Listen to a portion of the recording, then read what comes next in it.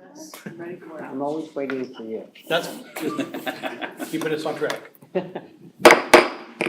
We'll call to order the September 16th meeting of the Conestoga Valley School Board Directors. I want to welcome everyone that is in attendance and those that are following us online. Will you please join me in the pledge to the flag?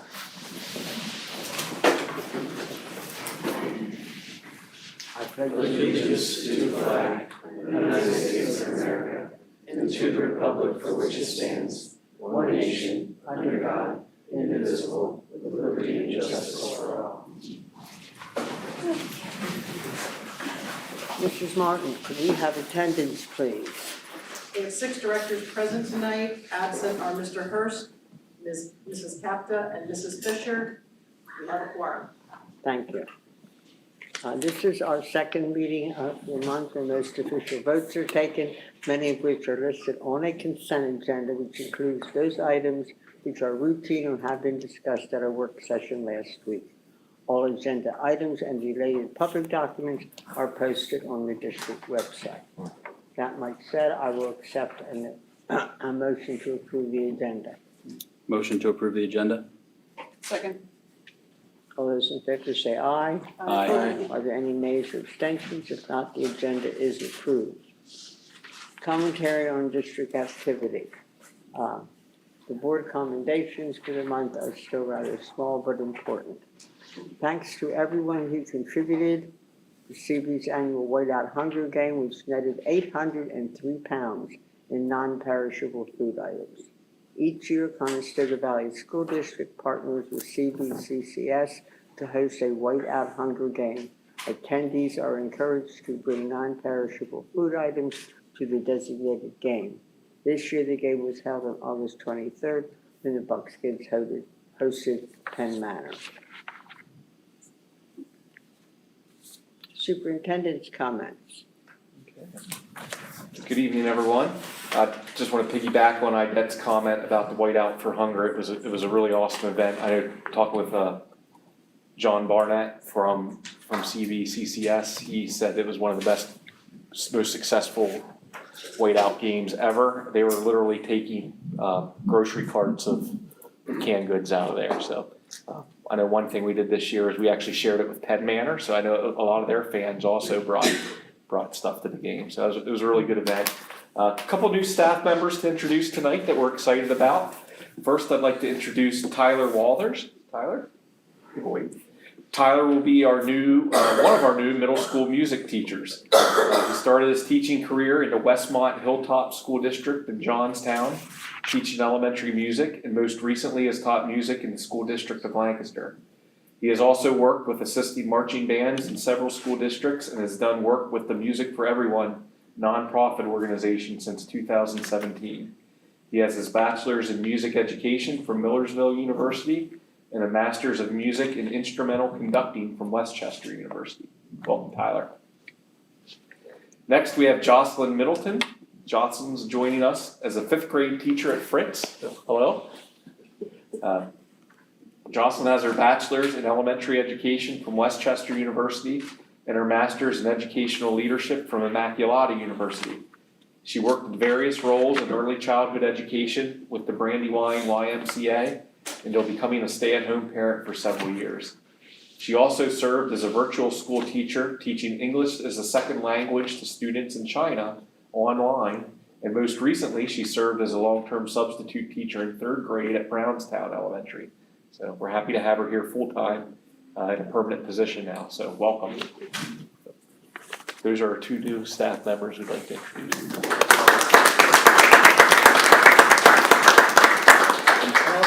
And before I end my comments tonight, I do just want to point out one other thing that's on my superintendent's report. Congratulations to Dylan. Dylan's a familiar face, but he's being, with your approval, will be promoted to Assistant Director of Technology for the district this evening. And certainly a position that we need, and Dylan's well-deserved another position. So we're excited to have him on board.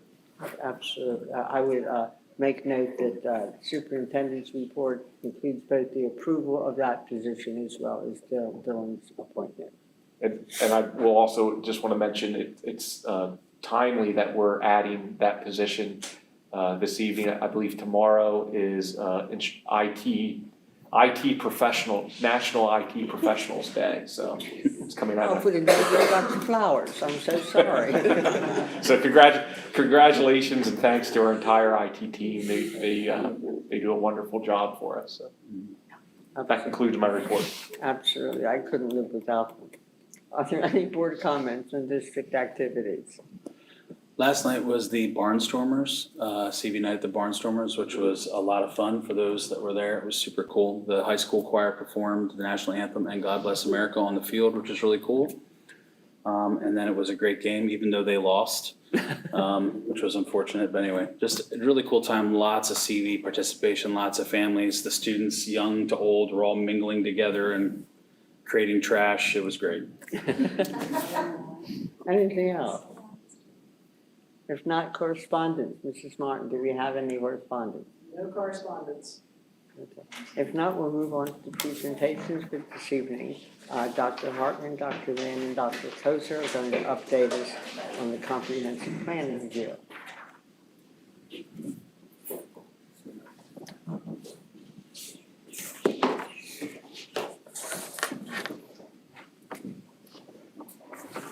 Okay. So I'll get us started. Make sure I have my right screen up here. So typically this is the time of year where we do an overview of where we're at on our comprehensive planning goals. But if you recall, we just approved our new comprehensive plan last April, I believe. So we have a brand new comprehensive plan. We did a lot of presentations on it last year, through the approval process. So we are still going to provide that update or provide that overview, but it's going to be a very high level overview only because we're just starting our new comprehensive plan. We just presented on it and had it approved in the spring. So we're not, we don't know how pertinent a reminder is of what our comprehensive plan is. But we do want to just give a high level overview and talk a little bit about how we're going to fit it into our presentations that the board is going to hear throughout the school year this year. So the first few slides on here are just a reminder of our mission, vision, and values that we have established. They have not changed as part of the comprehensive planning process. One thing that the stakeholder steering committee suggested last year is that after we approve our new comp plan, that as a side project, we take a look at our vision, mission, and values as a district, just because they haven't been updated for a while. So we do have that written into our goals for this year. It's not really part of the comprehensive plan, but it came out of a recommendation of a comp plan. So that's something that we're going to be taking a look at this year, just the terminology and the wording and seeing if there's anything that needs to be updated with that. We'll be looking at. But if you recall this chart, this is a pretty common chart that we showed multiple times to the board last year. This kind of just gives an overarching view of what our big action steps are out of the comprehensive plan. We really have three big buckets that we're focusing on. The first being learner personalization and growth. The second being learner well-being, achievement, and belonging. And the third being learner innovation and community partnerships. And we have several action steps identified for each of those three areas. And all of our goals over the next 3 years really revolve around those three areas. So we're going to talk a little bit about each of those this evening, tonight. The first one being learner personalization and growth. Michelle Trasborg isn't here this evening, so I'll just real briefly mention this one. This really has to do with MTSS, our multi-tiered system of supports, and putting those systems in place that we've been working on. We've been identifying what our needs are the last several years. A lot of the goals in the last comprehensive plan had to do with sort of building the system. Now in our new comprehensive plan, the goals are really geared towards implementing that system. And so we're thankful to have Michelle in her position as Director of Academic Support this year, where she's going to be really overseeing our MTSS process, for year one this year, it's really about launching our dashboard at the middle school, which is exactly what it says it is. It's an online dashboard that they can go to see what our interventions are at those various levels. So Michelle's going to be working with the team at the middle school and with Jill and Dawn and their team on working on that, and really just kind of coming up with what our leadership structure is for that. So in, I believe, November of this year, you're gonna be getting an update from Michelle on where we're at in that process, so stay tuned. We don't have a lot to say about that now, but it is, we're excited to have somebody overseeing all, because it's a big system, MTSS. It's all of our academic interventions, it's all the supports that we put in place, kind of trying to bring those under one umbrella, so. That's a little bit about learner personalization. I'm gonna kick it over to Dr. Kozer to talk about well-being, achievement, and belonging. So this is our second big bucket of action steps in the comprehensive plan. Actually, all three of us have a little bit of a stake in the game in this bucket in different areas, but our year one deliverable, what we're hoping to see through some of the action teams and initiatives that we have launched, ultimately what it would do would be to increase our student proficiency numbers, specifically for our subgroups of students who are a focus of our middle school targeted support and intervention plan, so their TSI plan, but then also the subgroups that across the board we see need the most support within the district. So we'd like to address that opportunity gap. We'd like to see those specific student groups increase in the proficient and advanced groups on PSSA. And so to do that, we're focusing in on those action steps of getting the math, the ELA, the science, and the social studies curriculum solid across tier 1, K to algebra 1, K to English 9. We're going up into 9th and 10th grade in each of those areas. We're doing that through our focus on the outcomes of our equity audit and looking at the steps that we're taking academically to close some of those gaps, and then also through our PBIS and SEL initiatives as well. So by addressing our tier 1 strategies, by having those core pieces anchored in place. So no matter what classroom you go to in the district, students are guaranteed a reasonably similar experience. We are expecting to see some of the shifts for our subgroups. We are already seeing for the overall group with this year's PSSA, we're seeing positive movement and trends in that data, which we always will share with the board when we get our final data in this fall. And the third big bucket, learner innovations and partnerships, the lead administrators will be Dr. Hartman and Mrs. Upton. And as you're aware, with Mrs. Upton in her position, working with the community and expanding our relationship with the community, I mean, this has been something that we've done forever at Conestoga Valley, and because it's important that we do it. And so looking at that and how do we tie into higher education, we have a variety of college and high school classes as well as dual enrollment classes. How do we continue to offer that level of courses to students and provide a variety and continue to do stuff like that. Also looking at work-based learning and focusing on how do we help our students make informed decisions as they become prepared for their life after high school, whatever that may be. And so that's through work-based learning as well as industry credentials, internships, again, helping students at this level prepare for their life after high school, and so that they are informed before they go off and do whatever they plan on doing. And so doing that as well. So obviously we'll have action teams around higher education, the workplace learning, which will also be part of that whole Act 158, and 158 is the state's requirement for graduation for pathways. The first pathway is passing the test, all the way through some work-based learning experiences and things like that can take care of that obligation or responsibility. And then the other piece that's on there is Dr. Hartman and others will work on an AI task force. And that obviously a new initiative, and while it seems like it's not new anymore because it's exploding, but it's important for us to really wrap our minds around it, as well as what to anticipate. How can we help our teachers and students leverage it? So again, taking it forward into whatever life is for them. Yeah, and just to piggyback on that, in the AI task force is something this board's heard me talk about, coming out of some of our stakeholder meetings last year and some of the professional development that some of our leadership teams engaged in last year. It is an emerging need. it's one of those things, things are changing and evolving so quickly, it's hard to keep up with.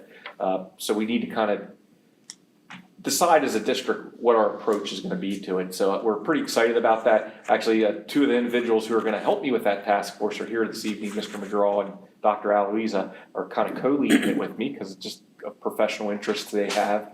And we have our first meeting with the task force scheduled coming in for October. We'll be getting more information out about that. But really, another thing we're excited about is we just learned that IU 13 is also having an AI task force that they would representation from all the districts to participate in this year. I didn't know about that. I don't know if they knew about that at the time we decided to have one as a district, but we're gonna have some of our team also represent on that this year as well. So we're really excited about that. So just to wrap it up here, this is a calendar of our monthly presentations that we're gonna have throughout the year this year. And every one of those topics ties into a goal or an action step of our comprehensive plan. So instead of viewing the comprehensive plan as something that sits outside of everything else we're doing, we really wanna embed it into what we're already bringing to the board and sharing. So you're gonna naturally be getting those updates on a monthly basis of where we're at with our goals.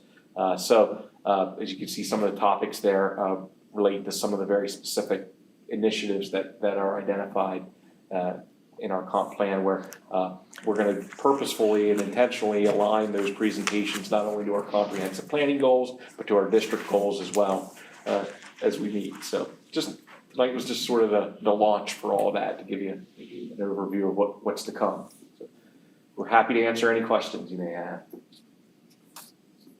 I think it's a great way to keep the comprehensive plan being an active document, even for us, to understand all year long what the parts are and how they're moving. I just want to say I appreciate how it's laid out and knowing that each one is tied and it's purposeful and intentional. I appreciate that. I appreciate the amount of work that goes into that. Last year we tried to tie it to board goals the month, and it didn't work real well. It seemed the teachers were more and department chairs were more focused on the comprehensive plan. So this makes more sense by topics on the comprehensive plan. All right, thank you. Expect good things.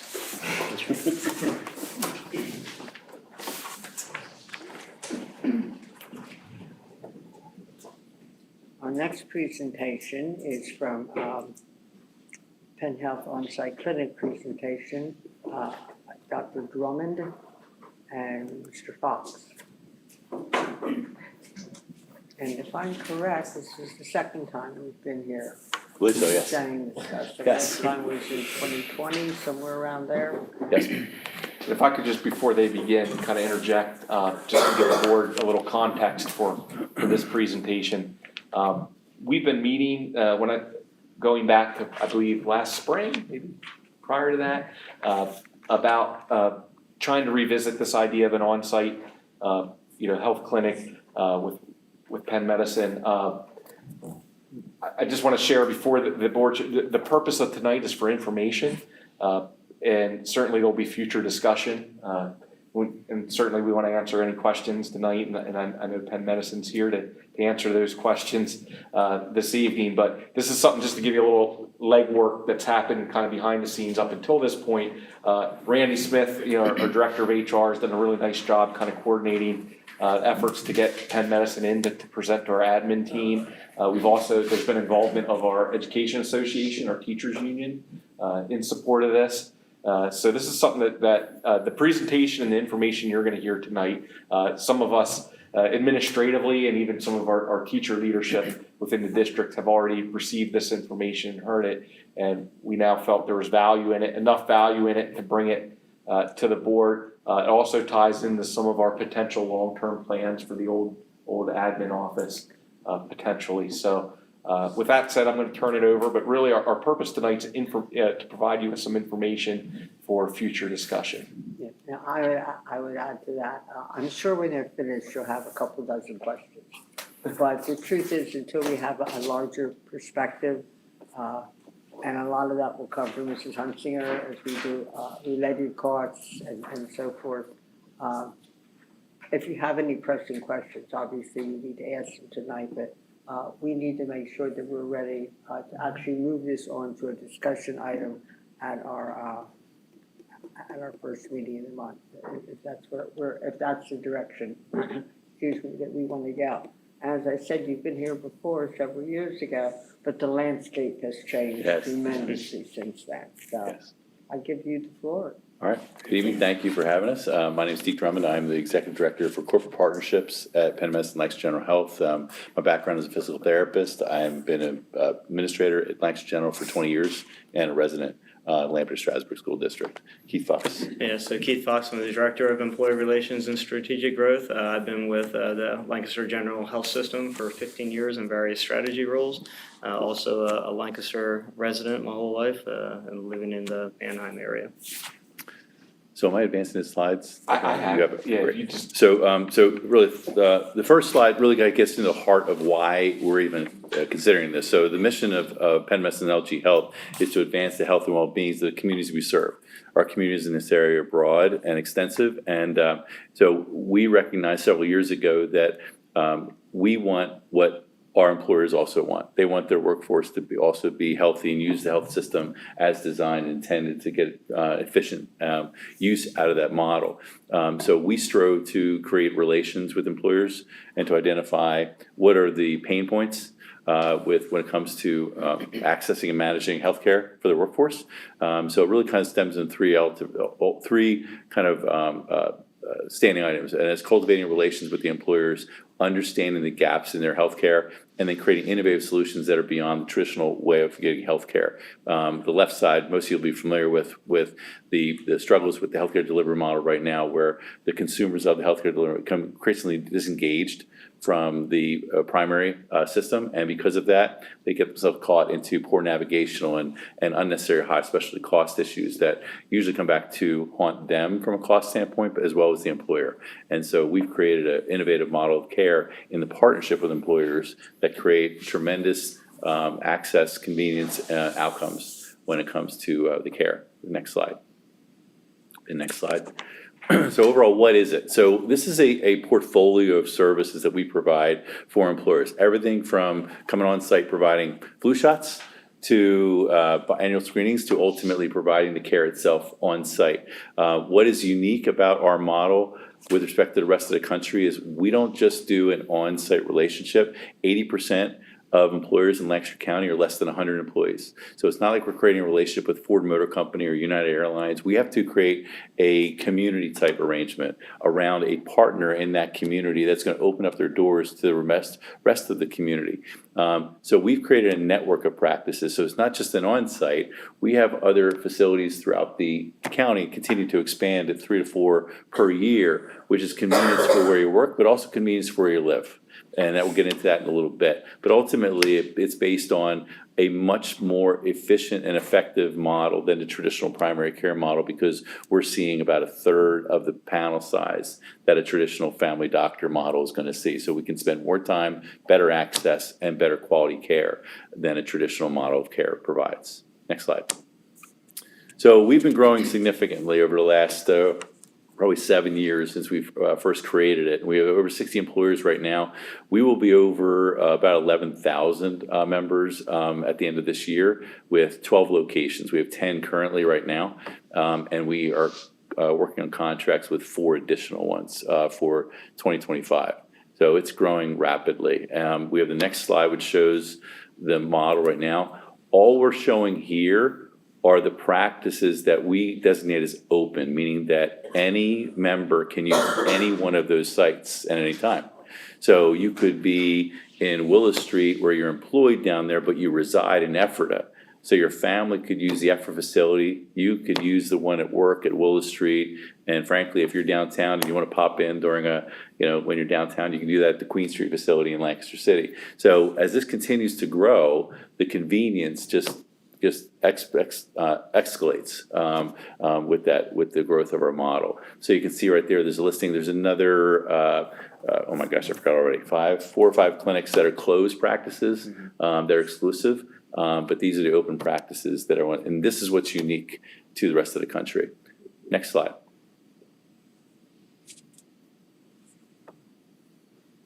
there a delay there? I think we're stuck. There we go, came up. So what is it? So this gets into some specifics. So ultimately, it begins with the panel size, meaning that when you see a family doctor right now, they are responsible for anywhere 2,000 to 2,500 members. We take it to 1/3 of that. That means you get 3 times the amount of time with the provider. You get the access available to it. We've created a healthcare protected texting app, which does not go to a service. It goes directly to the provider. Our average response time is less than 15 minutes with your provider. So you don't get that in your normal primary care practice. I talked about the extended visits there. It's comprehensive. So right now you can come in there and get all of any acute labs you want, EKGs you have, medications are distributed. You can get your flu shots, your vaccinations, all of those at no additional cost.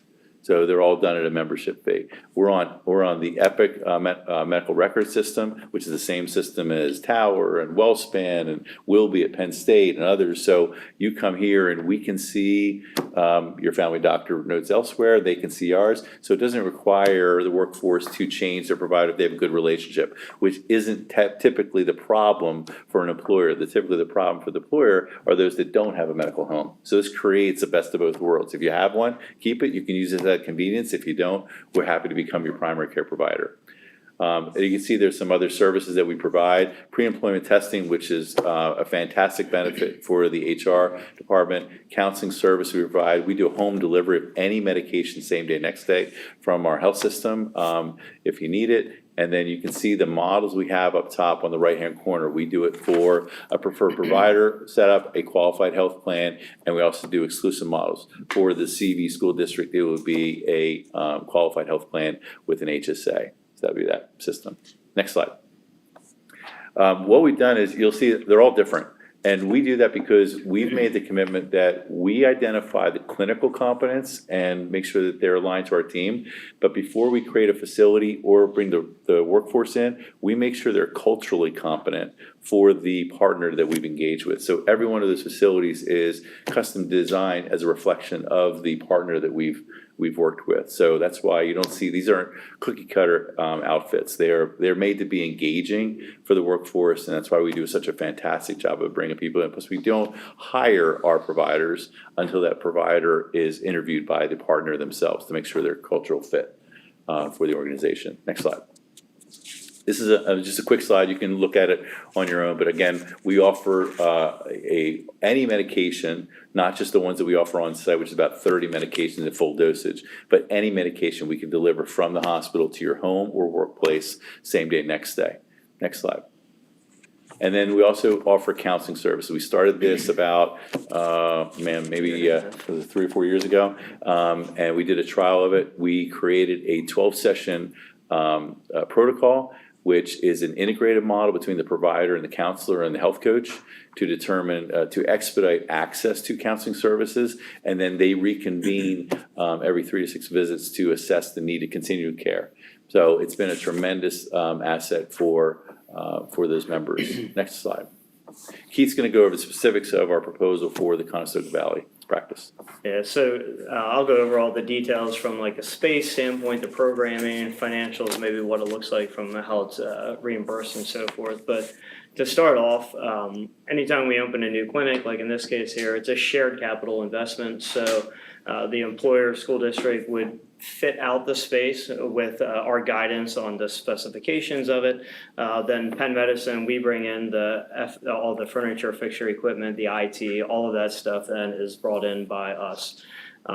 Estimating the space here, depending on the services you put in, between 12 and 1,500 square foot, so it's not a big footprint. It's fairly small. As you saw in that colorful slide with all the different pictures on it, we make it look like where we put the facility, right? So it will have CV colors in it, and it'll have that look and feel of the place that we're at. The proposed location is was current, now it's the past admin office just down the driveway here. As Teek mentioned, you would be part of the selection process for that provider, and all of the services that Teek just mentioned would be housed within that 1,200 square foot.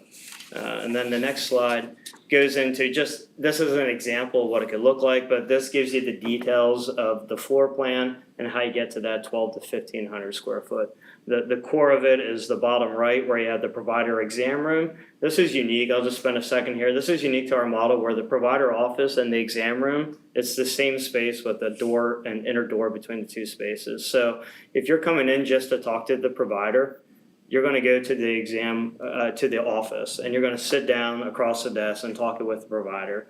And then if you have to go into the exam room then you can walk in without going into another wait area. And that's all considered one private space on that bottom right. And then as Teague mentioned, we have a full service lab. So the nurses are all trained in ability to do blood draws, point of care tests, and all the medications and so forth are there. So this is generally about the square foot you need, 12 to 1,500 square foot. Then the next slide really gets into the two different, I'll wait for the delay. There you go. There it goes. There's two different models. There's that open one that is available to other employers that can come on site to that facility. And then there's the exclusive, meaning it's just for CV school district in that example. On the exclusive side, you have access to all of the other open ones, but only you can use your exclusive one. On the open or community model, you still have access to all of the other open sites, those 7 or 8 that Teague mentioned, but then other people have access to yours. So the benefits of both of these are on the open community side, since we're having other employers come in to fill the rest of the panel, then we pay rent back to the employer, the school district in that example. On the exclusive side, since it's unique to them, there is no occupancy fee paid for on that side. But on the exclusive side, you can customize. So Teague went over the standard services that are part of the HealthWorks model, but if you wanted to customize the services, maybe you wanted to customize the pharmaceuticals that are in there, or maybe you wanted to have your own pre-employment as part of it, then you have some flexibility in what you customize in that exclusive model. The other big difference here, I'm just going to call it the top line, is how it's paid for, right? So on the open community side, you pay per member per month, and there's a fee associated with that. It's those who have signed up, meaning you can offer it to all 400 full-time employees, but if only 200 sign up, you pay for the 200 that sign up. And each month we bill you based on that census that you provide us. On the exclusive side, it's a cost plus model, meaning we share with you a transparent P&L. You see line item by line item of what it costs to run the facility. And then we have an administrative fee on top of that, and then that's what is paid on a monthly basis. Really, the tipping point between these two models is in that 550 membership model. It tends to become more cost beneficial to the employer if you tip over the 500 to 700 or more employees. On below that, it tends to be a better cost price on the open side. So the next slide basically details that out in total. I use the 400 full-time employees that are roughly on the health plan just as an example. So you can see on the community side, if you were to pay for primary care and counseling for those 400 employees, if all 400 signed up, right, it would be $355,000 a year. On the other side, if it was exclusive, now you could see up to $750 on the exclusive side, but the price there is a little bit higher, right? It's at $475, and then you don't have the offsetting rental income. So these are just example numbers, just so you can see the staffing stays the same, right? And just so you know, all of our staff is Penn Medicine employees. They're not contracted out. There are employees. Typically, it's a physician assistant, an LPN, a medical assistant. And if you had counseling, it's a licensed counselor as ours.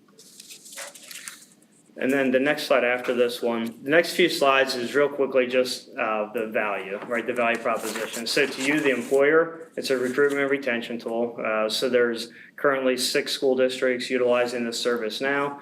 There's improved productivity. So if you think about a teacher being able to just pop down during a free period versus having to sub out for half a day or whole day, you have productivity, reduce costs, right? So if we can manage the client or the patient better, then they're gonna use the services more properly, right? So when they come here, there is no claim that's happening on the insurance side for you. But we can, if we also keep them from going to the emergency room or the urgent care unnecessarily, then that's a cost savings on the claim side. The value to the employee, right? They have a primary care practice right at their work, most likely near their house as well. So that same day, next day access is there for them.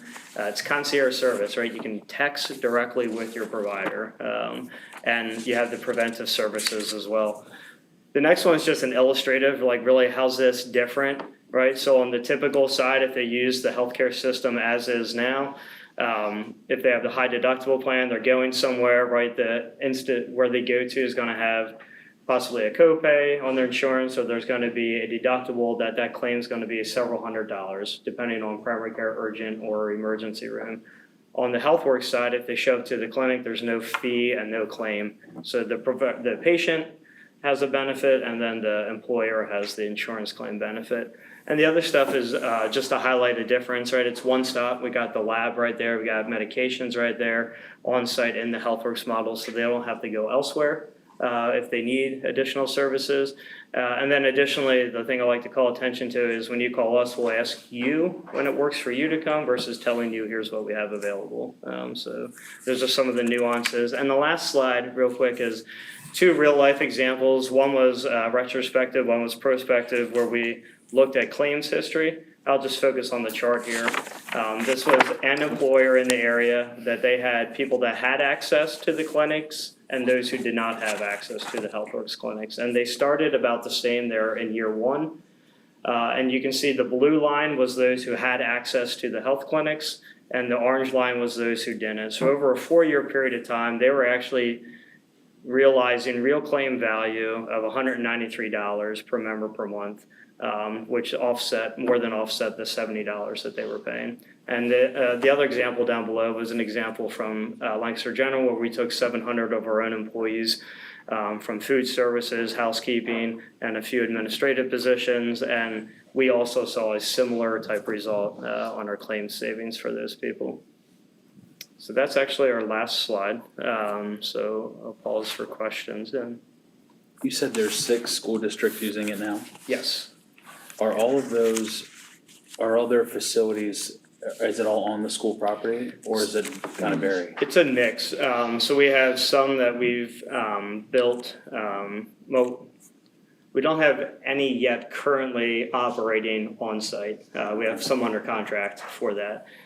We have some that are like a mile down the road where we started it with them as the starting company, so they still weighed in and had the design and the weigh in on the provider and so forth. But it's by this time next year, it'll be a mix of on campus as well as nearby. When we did original prototype at the Rock Lidditz campus, part of the experiment we wanted to see was how far outreaching could it be? And we realized that if you're within a 2.5 mile radius, you're as good as being on site, that convenience. And so we've been holding that model, and wherever you go, we might have an on-site, whether it be at the Essex facility or downtown Queen Street or up in effort at Signature Cabinetry, that if you're in that catchment of about 2.5 to 3 miles, those employers it's super convenient. So it doesn't need to be on site. In fact, like LS didn't have any room. We had space that was about 1.5 miles down the road, and it was tremendously convenient. We're at 300 some members now for LS alone. When you have it on site, I assume that is an exclusive practice. It doesn't have to be. No. So like in this example here with the 400 employees, let's say, this could be an open community site where other local employers could utilize this site. So then you receive the benefit of rental income from us. It's actually a perfect model. It's not contiguous to the school district, so security purposes doesn't have any issue. It's right on the main road, and it's freestanding. So we already have employers in the vicinity that would love to use it. Could you repeat again what staff you have? You have a nurse practitioner and who else? An LPN and then a medical assistant. And then if counseling, it's a licensed professional counselor. And what the point of that is there's not one administrative personnel there. They're all clinical. And it speaks to why we can do this model so efficiently. It doesn't have the administrative overhead of a traditional There's primary no care. MD. I'm sorry? There's no MD. There is no MD. Our models are, we have an MD, consistent with the collaborative relationship of the state requirements. You have an MD that oversees 5 APPs. So we have an MD, this MD is based in Willow Street. We have a second MD who is based in Lidditz, and they meet every week. They Do they meet, see patients at all? they do. Yep, they do.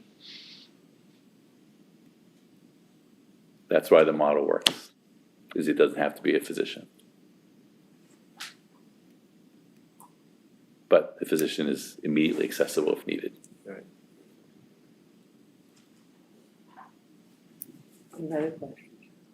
As I said, we have a lot of other work to do. I'm sure. related Thank you to so much. this, Yep. And we will get back to you with probably 30 or 40 questions. Thank you. All right, thank you. Thank you. Thank you.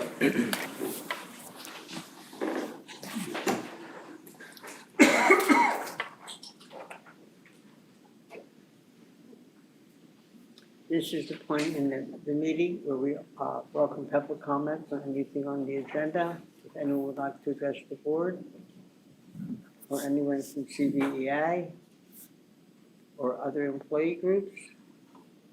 If not, we'll move down to the consent agenda. It is items A through R.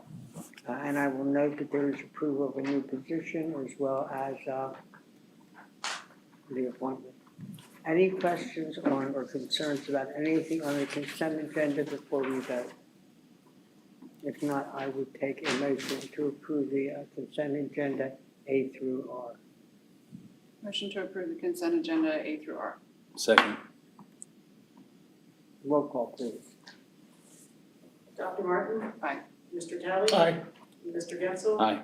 Mr. Eby? Aye. Ms. Trowbridge? Aye. Mrs. Crawl? Aye. The motion has passed unanimously. Okay. Then we'll move on to the information agenda. Are there any concerns about the finance and operations reports? Curriculum and instruction reports? If not, we have one related to federal funds that I think Dr. Koza is going to present, am I right? Related to ESSER funds? Yes, we do. This is, Federal this programs is, report. excuse me? I have a federal programs report. Yeah, we didn't usually have that. This is an unusual situation. It is. So we are at the very last 14 days of expenditures for the $8.9 million in ESSER funding. We are down to the last of the last, getting this closed out. We would like to have everything in place and ready to roll by the deadline. There is an opportunity to apply for extensions. We are not interested in that. We would like to have this where we need to go. So I just wanted to provide the board with our final spending plan here, just to let you know where we're at. Our biggest piece that we are moving around are the ELA decodable text. So that's the one piece that we had purchased small amounts of foundations readers. They're the books that if you're learning the CVC words, CAT, the readers line up to those phonics skills along the way. They're one of the resources that our kindergarten, first and second grade teachers have been asking for the most. And so we'd like to get as many of them into their hands as possible. Anything that remains then within ESSER, we are going to be able to pull from our Leola HVAC system and round out the rest of that funding. So whatever's left, we'll write that check for the mechanical and make sure that we have that piece closed out. So I just wanted the board to know where we are. We are down to the last of the last in these grants, and just to see kind of how we're planning to make some last minute adjustments to make sure that we spend as much of this money as possible. Of the 8.9 million, and then total, I think 14 million over all of the ESSERs. 14 million of all of the ESSER funding. At the end of the day, under ARP ESSER summer, we potentially are not spending $47,000. So that's the piece we would leave on the table. We had very specific parameters for using that summer funding. So out of $14 million, to leave $47,000 on the table, I'm okay with that. That is a lot of teamwork, a lot of effort, a lot of coordination between academic and instructional people with business office team members to get us to this point. So we are almost there, and we just felt tonight was a good night to show you the final pieces that we want to put into place. Questions? What was the geodes thing? I remember. We approved those before, yep, Yeah. they're the decodable text. That's right. And we had used some of our ESSER funds for that before, which then led the teachers to saying, I think we purchased one set per grade level to share. And that has now led to, wait, we want our own set for our small groups in our room. So let me see where we're at. It looks like we have some room in the funding to be able to get those supplies. So now each teacher will have their own classroom set. Awesome. What pleases me most is over these years, we haven't been using ESSER's money for ongoing expenses. Yes. So we've been allowed to expand our offerings, and that's the way it was intended. Our districts that used it for ongoing expenses and now have to absorb it back right. into their budgets, and we're not going to put ourselves in that situation. The staffing, and they're eliminating staffing positions, and we really used it to do these one-time system lifts and move the system forward with the curriculum and the resources, and we're really seeing that start to pay off now. We should be pleased with how this was managed. Yeah.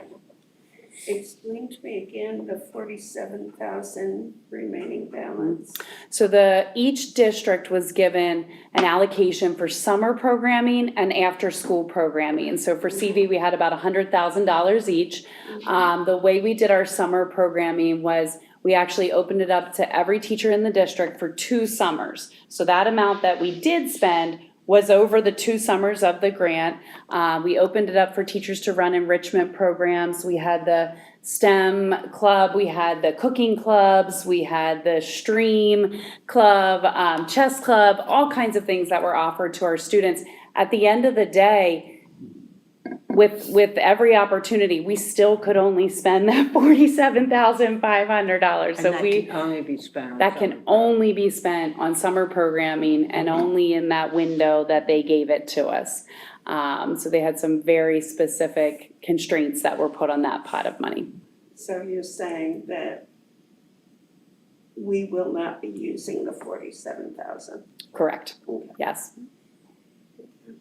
Well, I would assume that even if we went for an extension, it's hard to come up with one program that would only be 47,000. Right, and I So it don't, would have to it would have to fall under summer it would programs. have to be Yeah, summer, It would be too little for a lot of programs and right, God, you know, right. I certainly am not going to complain about that. Any other concerns or questions? There you go. So when will this close out? We have to have everything in the system by September 30th. So we have to have it encumbered by the 30th and then expended by the end of the year, by Is there December. anything we need to 31st. approve from that? You actually just did on the That was consent it. piece, so That we're was good it. there. Yep, we Okay. are up to date, we're ready to roll. The reading specialists are working on that text order. They were so happy today when I left them in here, working on that order. Teachers will be very pleased as well. You're done with ESSERS. And we will be very pleased that we have closed out the ESSER funding, yes. Yeah, that has been, I guess, a lot of record keeping. Record keeping, red tape, yep, all of it. But we were fortunate because we weren't as needy as some districts because we handled COVID a little bit better than some. Mhm. So we How did long do ourselves you have proud. to- Thank you. How long do they have to maintain the records for all that stuff too? 7 years? Is that what it is? All right. Do you think there's a chance that you can be audited for that stuff even later on? We are, yeah. We've Yeah. been audited twice already, Already. and they'll probably do one more Final. monitoring visit on us after everything's closed out. Next spring, we'll probably be monitored again. Okay, so you're not quite done yet. Right. Do you have any Right. idea how many schools in the county say are going for the extension? I don't know. That's a good question because it's not due until the end of this month. So I don't think everybody has put that in quite yet. Okay. Other questions? Thank you. Thank you. Thanks for all your One thing to work take- with us on these One grants. more thing that comes off of your to-do list. That's fine.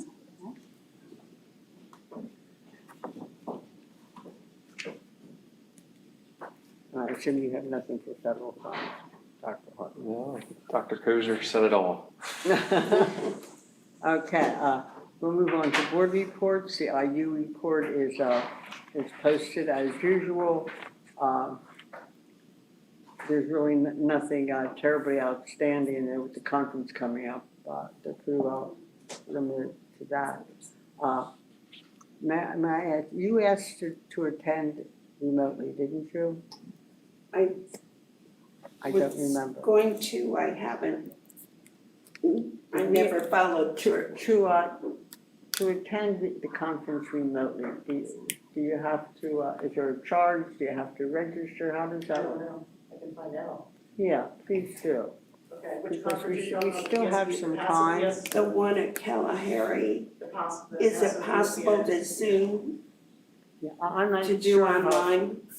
I'm not sure how it I don't remember works. seeing anything about online options and all the communication I got, but I can I think you can, my thought was, although most of us don't have the time to get up to Kalahari, sometimes there is one or two sessions, and if we can just do those sessions, and they're like barely hour sessions, that some of us might be willing to, remotely listen to them. During COVID, I did that once with their conference. I will find listened out. to some keynote speakers and such, and they really had a smooth system at the time, so but why don't you find out in case anyone's interested? I have not seen the schedule. I don't know what the names of the sessions are or how many there are, but that might be an alternative for us since we can't actually make it there, and we can't get Dr. Hartman to go to every session that we want him to be at. I can try. I'm certainly happy to bring back copies of PowerPoints and Okay, if you find Things like anything that, especially, they don't do so much of that as they make it available online. So, but it's often on some of these, especially when you have a school district with a program that you're interested in, to actually hear them talk about it. Okay, the IU report also is posted. There's nothing especially interesting there. I will add some information about the Lancaster County Academy. You've probably seen in the paper where Dr. Felty from Manheim Township is retiring. She's been our superintendent of record, and she will be replaced by Dr. Axe from Manheim Central. And I'm going to add another report while I've got the floor. CVEF had its golf outing this weekend, and it was especially successful. That's been one of their main fundraisers, and you've seen how generous their grants have been lately. So they had good weather and good attendance. So I'm anxious to see their finances. Mr. Hurst is not here for the CTC report. Does the construction team have anything to add? No, No? no, all the main information was last week, so nothing new. Okay. Any other reports from any committees that you attend? Do you all feel as if you're getting notice from the committee assignments you've accepted to know when they're meeting? Okay. There's only one that I'm not sure is it the small business? Round table. Yeah, that's the only, I was a part of that last year. Mhm. I haven't heard anything. I don't know if they've met or done anything. they have not, they last Okay. met in the spring. That's fine, yeah, so I had, Okay. Yeah. Okay. I don't remember offhand who does the Market Street Sports, and I don't know if they've been at any of those meetings or not, but I think it's important if one of you takes the assignment, that you have a chance to actually be at the meeting. That leaves us with the second chance for public comment, if anyone would like to address the board on any issue. If not, does the Vice President have any reports? I do, just really quickly, I revised the CV School Board Educator Excellence Award documents. I'm awaiting the final revisions to state how the submissions will occur. After that happens, I'll send it out and you can have one last look at it and we can have it ready to go. I'm so thrilled to have that award back. Me too. Yeah, It's that's good. good. Any board comments or announcements or concerns? If not, the one thing left to do is the election of PSBA officers. You all know how I feel about that. It's not so much an election, there's only one person running for each, but if you choose to sign in and vote, we will. What is your pleasure? Do we vote or do we skip it? Somebody say something. Who was the president last year? Oh, I don't remember. Oh, I'm sorry, I don't. Skip it. Yes, there's only one person running it, sort of. No, Yeah, I yeah, just- this has been my biggest concern. They no longer really run an election. Right. They sort of appoint who they want, put them on the ballot, mark them as highly qualified. It's a monarchy, so just let it go. And the other part, the insurance trust.